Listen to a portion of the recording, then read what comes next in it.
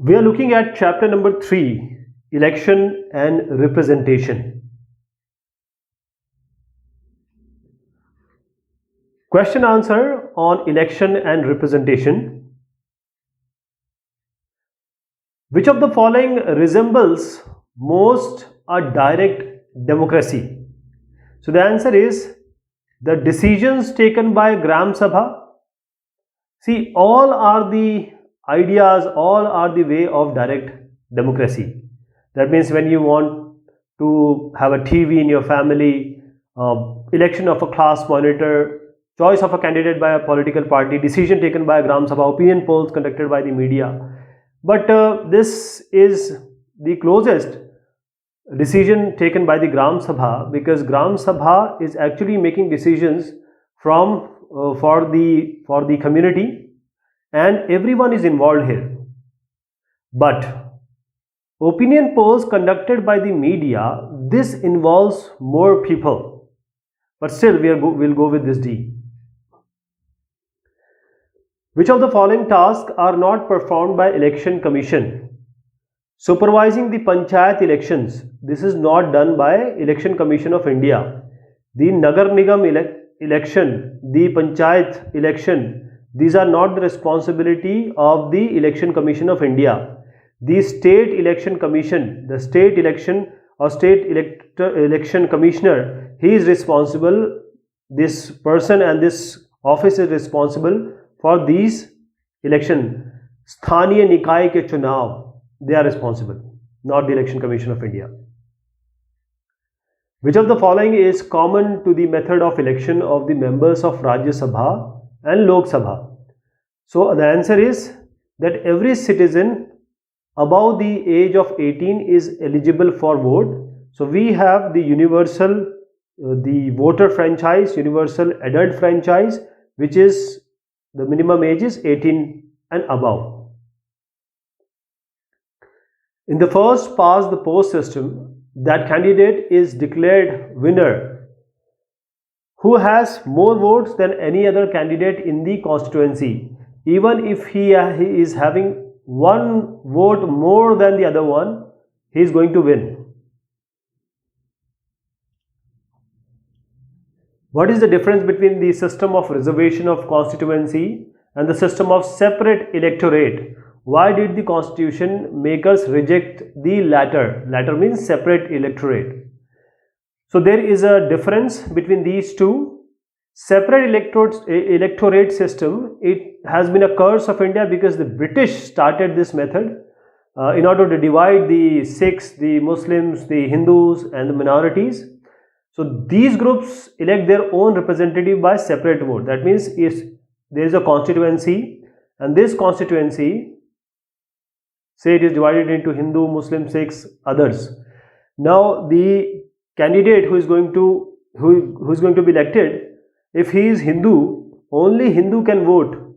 If he is Sikh, only Sikh can vote. Only Muslim can vote to a Muslim candidate. So this was a separate electorate system.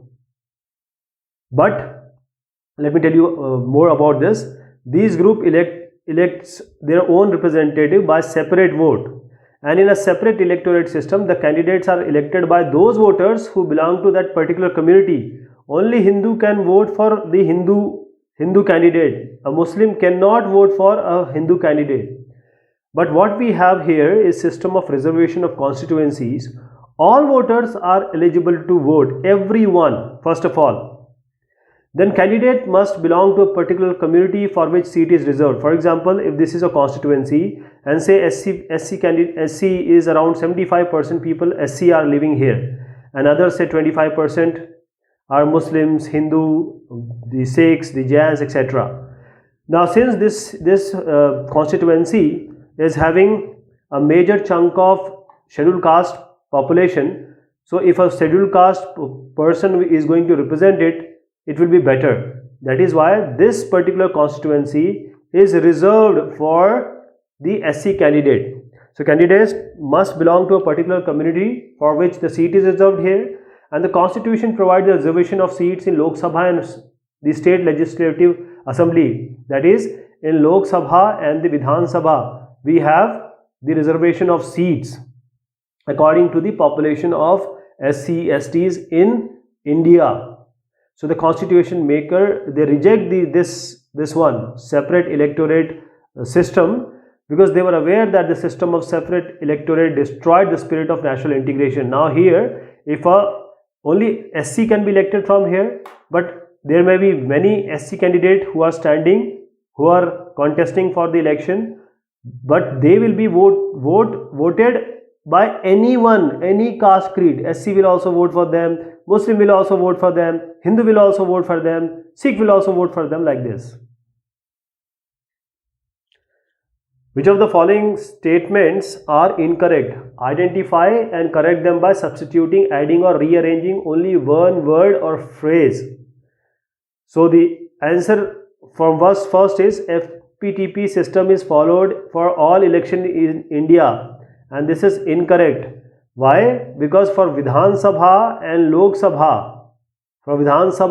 Sabha, FPTP system is followed, but for the election of the President of India, Vice President of India, the Raj Sabha member, that is the upper house of the parliament, and the Vidhan Parishad, all the people, all the candidate who are elected, they are based on the other system, which is the PR system, variant of PR system, proportionate representation. Election Commission does not supervise Panchayat and municipal elections. Yeah, this is correct. They are not involved here. The local body, state election commission is involved here. Election commission is responsible for all these elections. This one, all these.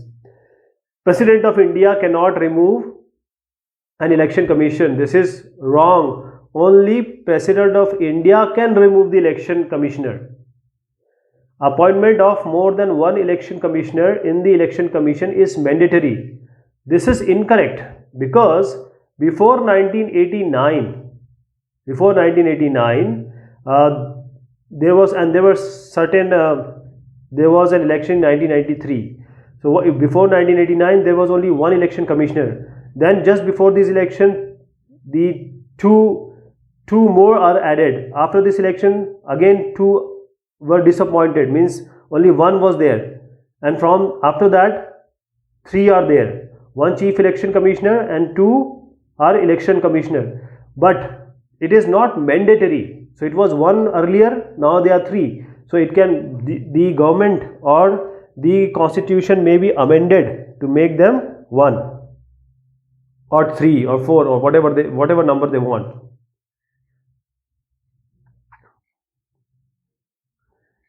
Indian electoral systems aims at ensuring representation of social disadvantaged sections.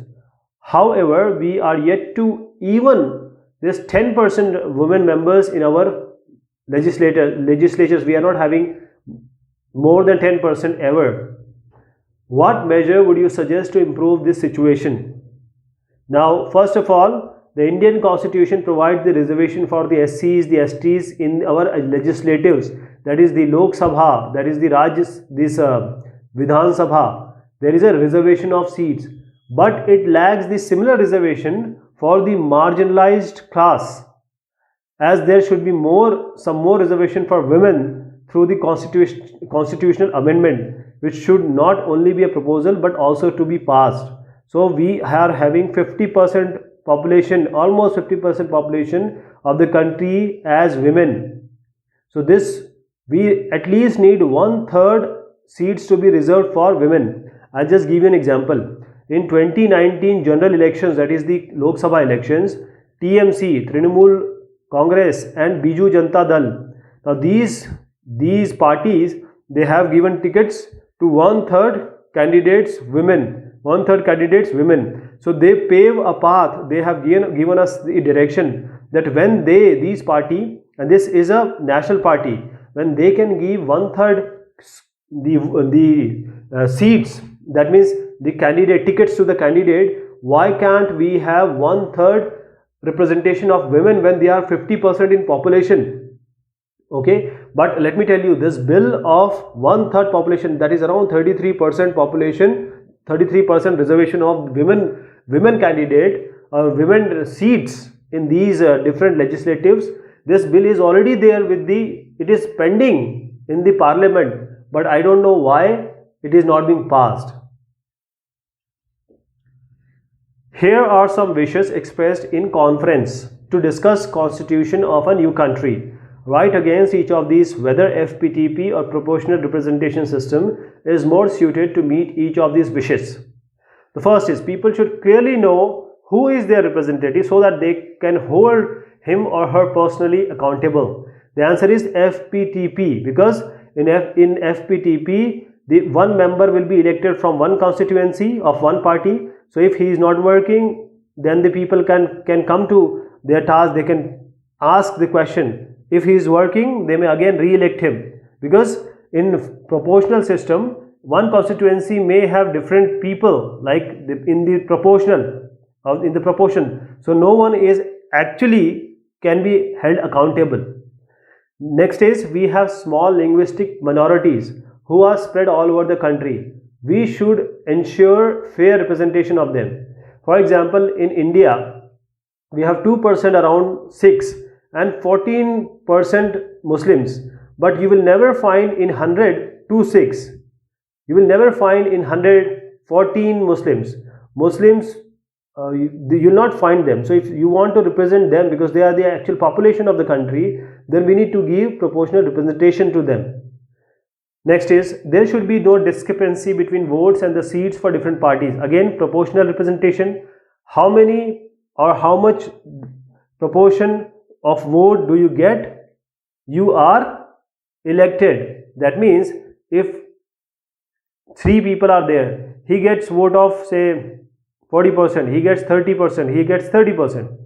So 40% will be elected in the FPTP. These 2 people will not be elected. The problem is that they have got vote 60%, which is way more than this one, and this vote gets wasted in FPTP. So it should be proportional representation.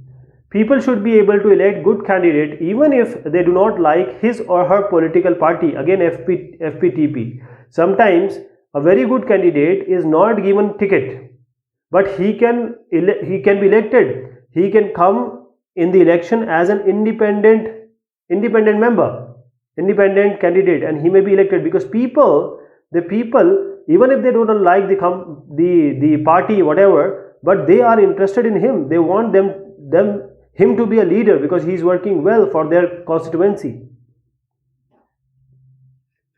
A former chief election commissioner joined a political party. We are talking about TN Session example. TN Session. Now he contested elections. There are various views on this issue.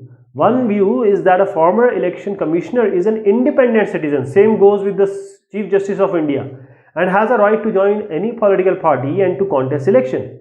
According to the other view, leaving this possibility open can affect the impartiality of the election commission, because it is independent, it is impartial, it has to be impartial. So former election commissioner must not be allowed to contest any election. Which position do you agree with and why? So Election Commission of India is a constitutional independent body set for conducting free and fair election of the Union Parliament, the State Legislative Assembly, the President, Vice President under the Article 324(1) of Indian Constitution. Now this Election Commission is an impartial agency in order to conduct the free and fair elections in the country. Therefore, the election commissioner must not be allowed to contest any election, because it can affect the impartiality of the commission. Now, I'll give an example. There is a member, there is an election commissioner. Now, there is a party 1, there is a party 2. Party 1 is very powerful, a lot of money. Now, what he did when he was about to retire, he did so many things in the favor of party 1. He did not do, or he suppressed party 2 members, and he did everything against them. Why he did before superannuation, that is retirement? Because the party P1 might have promised him that when you come out of, once you retire, we'll give you a Rajya Sabha nomination. or you can contest the election with our flag, with our symbol. So now this person or this member of this institution who is supposed to be impartial, who is supposed to be independent, who is supposed to work impartial of any of the party, now he is biased. So what in our agreement, even if they want to do this, there should be a cooling off period, at least 3-year or 2-year period before they can join any party or get some Raj Sabha ticket or etc. like that. Indian democracy is now ready to shift from a crude first past the post system to a system of proportional representation. Do you agree with this statement? Give your reasons for or against this statement. So we need to agree with this statement because now India enjoys a multi-party system, including the regional parties, and some places the regional parties are even stronger. Therefore, to provide the shape to all the political party, the proportional system is far better. Decentralization of power strengthens the sense of responsibility along with national unity and integrity. I'll just give you an example. In 2014 and 2019, BJP won the general elections. Now BJP won the general election. Here they got around 30+% vote. Here they got around 35% plus vote. But if you see that 70% people are against them, and here 65% people are against them. But still this party is ruling everyone. So now we need that even the other parties like the Congress party, CPIM or the Biju Janata Dal, or you can say the Samajwadi party, all those have good vote shares. They should also have a proper representation in the legislature, which is not. So representation democracy makes the democracy more effective and trustworthy because all the caste, creed, religion, every faction of the society is properly represented. It ensures the political parties to get seats along with the proportional votes. So even if a party has got 10% of the vote, they don't have a single MP, they don't have a single Vidhayak. This is indiscrepancy, and this should not be allowed because 10 out of 100 people, they want this party, but this party has no member at all to make the rules, regulation and the kanun for these people, 10% people. And the Election Commission has allowed the voters to change governors peacefully both at the state and the national level. See, when this government comes, they can do whatever they want. That is, they will guide the president, they will have the election commissioner, they will have the chief justice, they will have the governors of different state. So now when the other parties which have all got the share of votes, if they are involved, any party which is there in the power, they cannot do whatever they want. So there is a check and balance, and voters have consistently keen interest to the election process. Therefore, the number of candidates and parties are continuously on rise. Now, previously it was being thought that the PR system is quite tough. Mathematically, it's not being understood by everyone. That is why people are not having interest in political science or politics even. Now everyone is almost literate. Even if he is illiterate, he is aware that what to do, how to vote. So now this proportional system is far better than the FPTP system. First is, what is democracy? So democracy is a type of government of the people, for the people, by the people. That is, we represent our representative, or we elect our representative who are going to make or who are going to govern us. What is meant by direct democracy? So in a direct democracy, the citizens, they directly participate in day-to-day decision making and in the running of the government. For example, in earlier Greece, it used to happen. What do you mean by universal adult franchise? So all adult citizens of a country above maturity age, in India it is 18, in Switzerland it is 20. So all citizens who have attained certain age of maturity, these are entitled to enjoy the right to vote. They can vote without any discrimination of caste, creed, religion, etc. It is known as Universal Adult Franchise. What does FPTP and PR stands for? So this FPTP stands for First Past the Post system and PR stands for the Proportional Representation. Mention the amendment made in Constitution of India in 1989. So it reduced the eligibility age of Universal Adult Franchise, which was previously 21, now to 18. What do you mean by election system? निर्वाचन से आप क्या समझते हैं? Election system is a medium to elect the representatives, especially in indirect democracy, to form the government. So the representatives are elected by the people to act in accordance with the wishes of the people, because they have elected their representatives to go in various legislatures. What is electoral behavior? Electoral behavior, though through elections, people participate in election process to determine who will hold the power or who is going to govern them. Therefore, the elections are visible expression of public interest, their aspiration, their interest, which is determined by individuals' own reasons and perceptions as well as his being a part of a group. So, electoral behavior depends on both short-term and long-term influences. So, whatever behavior people show, how they vote is the electoral behavior. What is direct method of election? So, direct method of election means a voter participates in election directly. A voter casts his vote to a candidate of one's own choice, and a secret gupt matadan, secret method of ballot is used, and elected representative, they hold the reign of government of the country, power of the country. What is an indirect method of election? So, indirect method of election, voters do not elect the representative themselves directly. Voter elect intermediary electors who are collectively known as Electoral College. An Electoral College elects the representative to the legislative assemblies. For example, we elect the member for the parliament, MP for the parliament, and we elect the Vidhayaks or the MLAs for the Vidhan Sabha. Now these they elect the member of Rajya Sabha. We are not electing them. They are electing, these members are electing the members of Rajya Sabha and the Vidhan Sabha. What do you mean or what do you understand by simple majority representation system? So the simple majority representation system declares the candidate elected who secures votes more than other. Even if one more he get, or one is extra, he wins.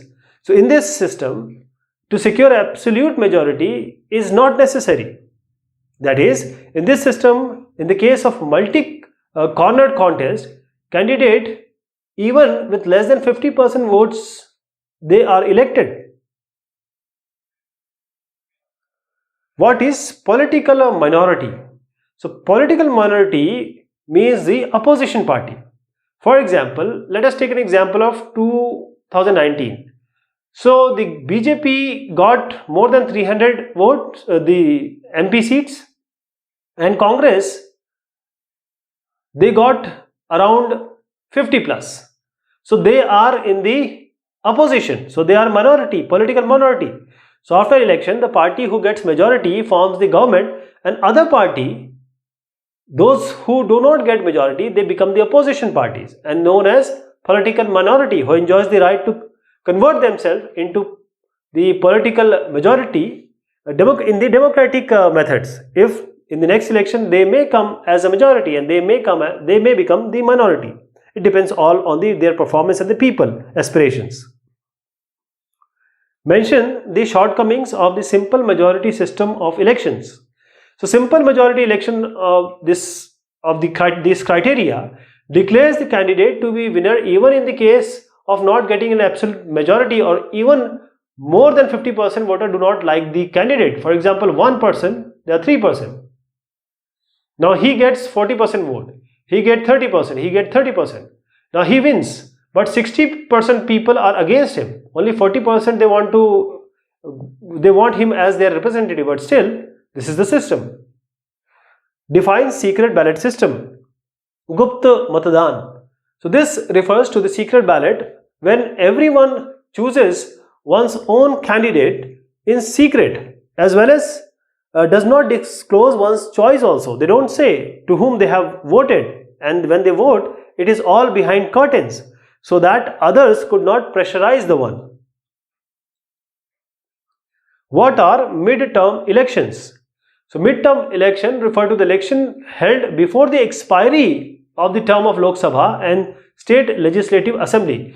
Normally the Lok Sabha is for 5 years, the Legislative Assembly and Lok Sabha are for 5 years. But because of some reason, some unprecedented reason, if Lok Sabha or this Legislative Assembly, they are dissolved by the President or Governor before completing the tenure, then these midterm elections are held. What do you mean by by-election? So by-election, if an MP is there, now if he dies, what will happen? The seat will be empty. So there will be a upchunav, by-election. So by-election refers to the election held on creating some sudden reasons which make the seat vacant. So we need to fill that seat. So for example, someone resigns, or there is some untimely demise of some member. Universal adult franchise is important in a democracy. Justify the statement. So this universal adult franchise, sarvabhaumik adhikar, voting adhikar, mat adhikar.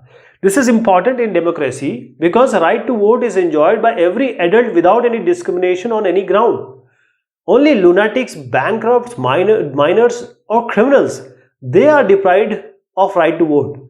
The age of adulthood differs from country to country.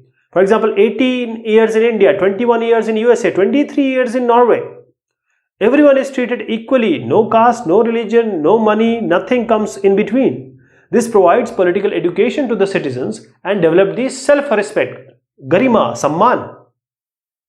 What is political participation? To elect the representative or to be elected as a representative, to be made or to be member of an executive, to be selected for government post, a steady increase in percentage of voters turn out despite some functions. This is all come under political participation. What is election manifesto? Explain. Now election manifesto, for example, a party, now he is fielding the candidate. Now they will come with some manifesto that if we win, we will say give you this much of money, that we will waive your loan, or we will give this much of employment, and will reduce or increase the this minimum support price for the crops. So election manifesto is a document to let the voters know about the programs, policies and the aim of political party to be declared in the eve of elections. If they won, what will happen? They will fulfill whatever they have given in the manifesto. So it clarifies the internal and external policies of the government. People become aware of performance of the political party on winning, that if they win, they are going to do this and that. People can pressurize even the winning party or the government to work on behalf of their manifesto. If the party wins and they are not fulfilling their manifesto, people will get annoyed, and they will not be able to vote for them the next time. What do you mean by the list system? So large multi-member constituencies are formed here.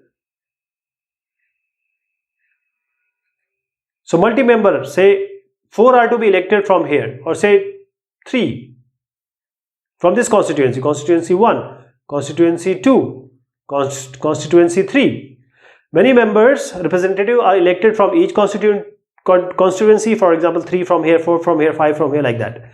Each political party submit a list as many candidates as are to be elected from political constituency. So say party 1 will have a list of 3 for this constituency. Party 2 again a list of 3 for this constituency. And the voters vote for this list, which are indivisible to be elected. And each candidate has to secure minimum votes fixed by the quota to be obtained by dividing the total number of votes polled by the party by the quota. And the same number of candidates enumerated in the party list from top are declared successful. How does India ensure the secret ballot? Secret ballot is ensured in India. First of all, the voter is given a secret ballot paper by the presiding officer of the polling booth. So now this has changed, and now we have secret voting by the EVM machines, electronic voting machines. So just wherever I am saying ballot paper, just assume that we are having this EVM press button. So the voter goes behind the curtain to vote to the candidates of one's own choice. This is very secret, very secluded part. Nowadays we have EVM. These are being used in place of ballot papers. The voters presses the button against the candidate of his and her choice with the symbols assigned to them. This maintains the complete secrecy and confidentiality because no one else comes to know to whom the voter has voted. Even the candidate does not come to know who has voted him or not. How does the Election Commission recognize the regional party? So this Election Commission recognizes the regional party and the national party. There are certain criteria. The Election Commission declares and decides that which political parties stand at national level, which should be given the regional level, means which is the regional level party. So the Election Commission has been empowered to see the popularity of the regional party in a particular region, and there is some seats like in Vidhan Sabha, three states they have to have certain percentage of vote and minimum number of MPs in the parliament. So minimum number of parliament MP along with certain minimum number of voting in at least 3 states. The Election Commission check the organization and membership of that party, and the Election Commission look after either the regional party work under the code of conduct or not as assigned by the Election Commission. Now this is a passage based question. So we have to read this passage and then answer the question. First of all, no system of election can ever be perfect, and in actual election process there are bound to be many flaws and limitations. Any democratic society has to keep searching for mechanism to make election free and fair for the maximum. With the acceptance of adult suffrage, freedom to contest election and the establishment of independent election commission, India has tried to make its election process free and fair. However, the experience of the last 55 years have given rise to many suggestions for reforming our election system. The Election Commission, political parties, various independent groups and many scholars have come up with proposals for electoral reform. Some of these suggestions are about changing the constitutional provisions. The first is, what is being referred in this passage to the passage? The answer is, the passage refers to the electoral reforms required by the country. Second is, what mechanism have been adopted by India to make free and fair elections? So they have accepted the adult suffrage, freedom to contest elections and the establishment of an independent election commission. Third is, on what more emphasis have been given regarding electoral reforms. This is to change the constitutional provision, that is the FPTP should be changed to the PR system, that is the proportional representation system. Some more reservation should be ensured, especially for the women, and the candidates from criminal background should be barred from contesting the elections. The Election Commission has very limited staff on its own. It conducts the election with the help of the administrative machinery. However, once the election process has begun, the Commission has control over the administration as far as election-related work is concerned. During the election process, the administrative officers of the state and central governments, they are assigned election-related duty, and in this respect, the Election Commission has full control over them. The Election Commission can transfer the officers or stop their transfers. It can take action against them for failing to act in a non-partisan manner. How does the Election Commission conduct the elections? The Election Commission conducts the election with the help of administrative machinery, that is the government servants. They use government servants. During election process, who are assigned election-related duty? The administrative officers of the state and central government, that is the government people, these are assigned election-related duty, and Election Commission has full control over them.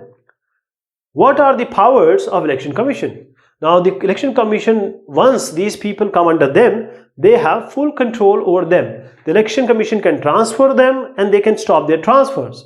It can take action against them for failing to act in non-partisan manner. That is, if they can initiate the disciplinary action if they find something really indifferent. Long answer type questions. Explain the role of Election Commission of India.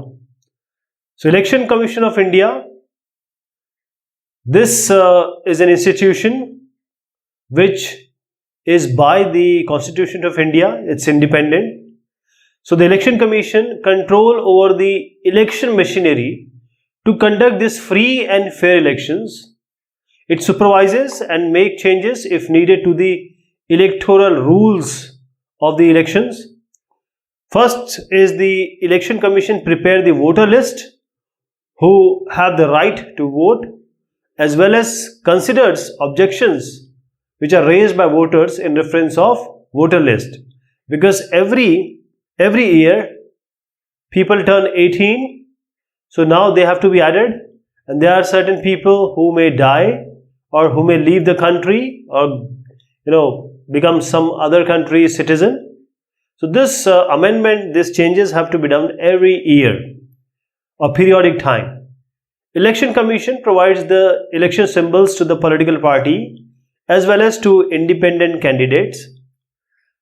This Congress High has been assigned the symbol of hand, panja. Likewise, BJP has the lotus symbol. So all these are given by Election Commission of India. And the independent candidates, they are provided symbols on temporary basis. Then the Election Commission declares and recognizes the political parties as national and regional. So there are 6 or 7 national parties, there are many regional parties. How does the Election Commission of India ensure its independence? Election Commission of India, judiciary of the country, they are independent. How does this Election Commission of India ensure its independence? So, first is the Chief Election Commissioner and the other election commissioners and the regional election commissioners. They are appointed for a fixed term. That is, they cannot be taken off from their seats in between by any government or whichever. They will complete their term, that is 6 years either or attaining 65 years. The Chief Election Commissioner cannot be removed from his office before the expiry of his term, except on the ground of incapacity and misbehavior, only if a resolution to this effect is passed by both the houses of the Parliament, Lok Sabha and Rajya Sabha, by a 2/3 majority. And only the Rashtrapati, that is the President of India, they can remove them. Other election commissioners and regional election commissioners can be removed from the office only by the recommendation of the Chief Election Commissioner. The salaries and other allowances of Chief Election Commissioner and the other election commissioners are to be paid out of Consolidated Fund of India. Tenure and the other service conditions of Chief Election Commissioners and others, they are fixed by the President, but they cannot be changed to their disadvantage during their term of office. This Election Commission is an institution which is by the provisions in the Constitution of India, and there are certain basic rules, basic things which are assigned to the Election Commission of India. There are certain decisions this Election Commission can make, and that is why they are independent. If anyone they find while the election is going on that either the candidate or the people who are working for the Election Commission, they can take action on them. What is the composition of Election Commission of India? So Election Commission consists of a Chief Election Commissioner and 2 election commissioners, and these are fixed by the President from time to time. But now we have this 3-member scenario. So Election Commission may be single number or multi-number body, but till 1989 the Election Commissioner only was one, that is, it was a single member body. by 1993, two more election commissioners were appointed, and it became a multi-tier body, Bahu Sadasya Sanstha. Since then, the Chief Election Commissioner presides over the Election Commission, but these two members, he is CEC. The other two members, these commissioners, also enjoy the same power to work mainly on consensus as a collective body. The Constitution of India has ensured independence of Election Commission. That is, though Election Commissioner, these are appointed by the Council of Minister recommendation and by the President. But once they are in the power, or when they come and become a Chief Election Commissioner and commissioners, they cannot be removed by any way until they have done something really wrong. So the Constitution of India has ensured independence of Election Commission and declared that it's a very important body to conduct free and fair elections. And in the country of 135 crores plus crores, that is 1.3 billion, we always see smooth, free and fair election, and this is why this election commission becomes so important. Sometimes criticism has taken place against universal adult suffrage. Explain them. So universal adult suffrage, this means the right to vote given to all adult citizens without any distinction of caste, class, color, creed, language or religion. And there are certain criticisms also which this UAS has faced. First is, right to vote is a special privilege to confer on those who utilize it for the welfare of the state. Therefore, it should be conferred only, that is, it is given only to the educated people, literate people, educated persons and literate person. So, only they should be given the right to vote. Others should be debarred. That is, those who cannot understand who is the best candidate for the state, they should be debarred. The universal adult suffrage establishes the government of fools, because fools are ignorant form the majority of the society, which can create some dangerous consequences in the state. So most of the time we see that some person who is religious, who gave very indifferent kind of shows behavior, and he is very good at speech, this party comes to power. And this is just because of some people who are not so literate, or they are not aware of what politics or good people are. All the people should not be given the right to vote equally and contest election, as well as because God has not created everybody equal. There are some people who are intelligent, there are some people who are medium, and there are some people who are dumb. So only these people who understand things, they must be given, or they attain certain kind of literacy, or they have some certain amount of property, they should be only given the privilege to vote. This is the criticism says. The right to vote should be extended to those persons only who are competent and capable of using it, because it is a responsibility, not the right, and responsibility cannot be extended to the people who are incompetent. The universal adult suffrage leads to corruption, because contesting and voting both are usually made on the basis of money and muscle power. So money and muscle power is involved. If they are poor people mostly, and they are being given money, they are going to vote for whosoever gives them money. And by dominating the poor, that is the downtrodden people. Suggest some major suggestions for electoral reforms. So there are certain committees that have worked on electoral reforms, Chunav Sudhar, that is the Goswami Committee and Tarkunde Committee. Both these have not brought substantial changes in the electoral system and the law. And this seems that political parties are indifferent to electoral reforms, because in some cases political parties have neutralized the steps. They don't want to do it taken by the Election Commission to bring in some desired changes. So it is now widely recognized to preserve and strengthen the democratic setup. A comprehensive agenda of reforms is necessary in system as well as structure and the processes. First is the criminalization should be checked in politics, because most of those who are elected either as MP or as MLA, they have criminal background. And political parties' functions should be regulated. They should not be allowed to do everything they want. Voters' participation and awareness should be ensured and make the election machinery effective and credible. People always talk about EVM rigging. The use of money and muscle power, especially in the far rural back classes of India, this should be stopped. And a proportionate share to every class, section and society should be provided in the parliament. What is the electoral process in India? Chunav Prakriya. So the electoral process is performed into different stages under the provision of Representation of People Act 1950 and 51. So first of all, the constituencies are formed in a territorial area from where a candidate contests election. So whole of the country is divided into different constituencies.